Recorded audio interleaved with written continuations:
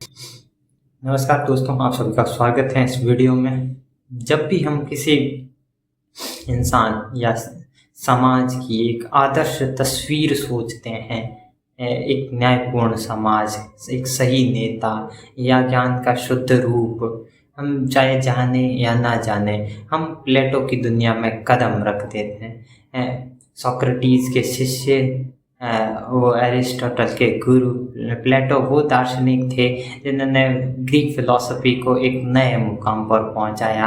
आज इस वीडियो में हम उन्हीं की बात करने वाले हैं, उनका दर्शन में क्या योगदान रहा, उनकी मुख्य बुक्स और उनका जो सिद्धांत था आइडियाज़ और फॉर्म्स का, उसके बारे में।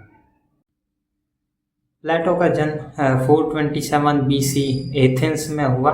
वो एक अभिजात्य परिवार से थे। बचपन में उनका सपना एक कवि बनने का था, लेकिन जब वो सोक्रेटिस से मिले तो उनकी ज़िंदगी बदल गई। वो सोक्रेटिस के प्रश्न पूछने की शैली और सच की तलाश से काफ़ी प्रभावित और आकर्षित थे। लेकिन जब सोक्रेटिस की मृत्यु हो गई तो उन्होंने ये ठान लिया कि वो अपने गुरु के विचारों को व्यवस्थित रूप में आम जनता के सामने प्रस्तुत करेंगे। इसीलिए प्लेटो को पहला सिस्टमेटिक फिलोसोफर भी कहा जाता है। प्लेटो ने एथेंस में एकेडमी नाम से एक संस्था की शुरुआत की। इसे दुनिया का पहला विश्वविद्यालय भी कहा जा सकता है। इसी में एरिस्टोटल जैसे महान दार्शनिक भी पढ़े। प्लेटो का मानना था शिक्षा ही शक्ति है और ज्ञान को संगठित रूप में पीढ़ी दर पीढ़ी आगे बढ़ाना चाहिए। अब बात करते हैं प्लेटो की फिलॉसफी पर। उनकी सबसे मशहूर सोच है थियरी और आइडियाज़ या फॉर्म्स। प्लेटो कहते थे कि ये जो हम दुनिया देख रहे हैं वो अधूरी है, अपूर्ण है। असल में सच्ची दुनिया है आइडियाज़ और फॉर्म्स की। एग्जाम्पल के तौर पे देखें तो हम जब एक सर्कल ड्रॉ करने की कोशिश करते हैं तो वो कभी भी परफेक्ट नहीं बनता, लेकिन हमारे माइंड में उसकी एक परफेक्ट और एक आदर्शवादी कल्पना जरूर होती है। वही है फॉर्म ऑफ सर्कल। प्लेटो के अनुसार दुनिया वास्तविकता की दुनिया दो प्रकार की हैं।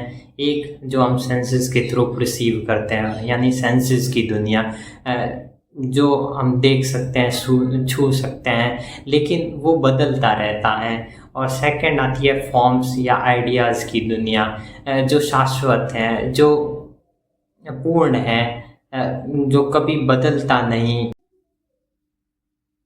प्लेटो की एलेगरी ऑफ द केव, ये प्लेटो की सबसे मशहूर किताबों में से एक। रिपब्लिक की सबसे गहरी कहानी है। इसमें प्लेटो लिखते हैं कि कुछ इंसान हैं जो एक गुफा में बंद हैं और उनका जो मुख है वो गुफा की द्वार की तरफ नहीं है, दीवार की तरफ है, दूसरी तरफ। तो वो सिर्फ उनके हाथ पांव बंधे हुए हैं। वो बाहर से जो भी लोग या पशु पक्षी निकल रहे हैं तो उनकी सिर्फ उनकी जो परछाई है वो उस दीवार पर पड़ रही है। तो वो सेंसेस के थ्रू क्या परसीव कर रहे हैं, वो रियल में जो दुनिया है उसे नहीं देख रहे हैं। उनके लिए जो छाया है मात्र है वही असल में दुनिया है ना। लेकिन अगर उनमें से कोई एक व्यक्ति वहाँ से निकल जाए बाहर गुफा से किसी प्रकार, तो वो जब बाहर निकलेगा तो उसके लिए वो एक चीज़ नहीं होगी, लेकिन वो धीरे धीरे चीज़ें समझ जाएगा।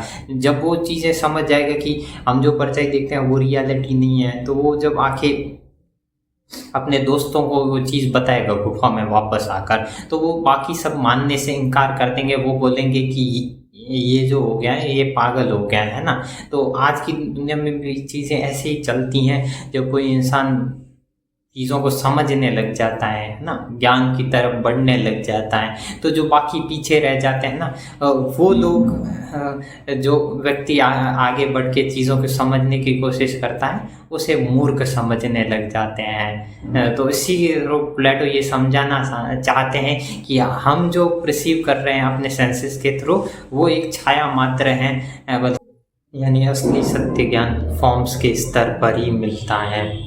प्लेटो सिर्फ आध्यात्मिक सोच पर ही नहीं रुके, उन्होंने राजनीति और समाज पर भी अपनी गहरी सोच दी।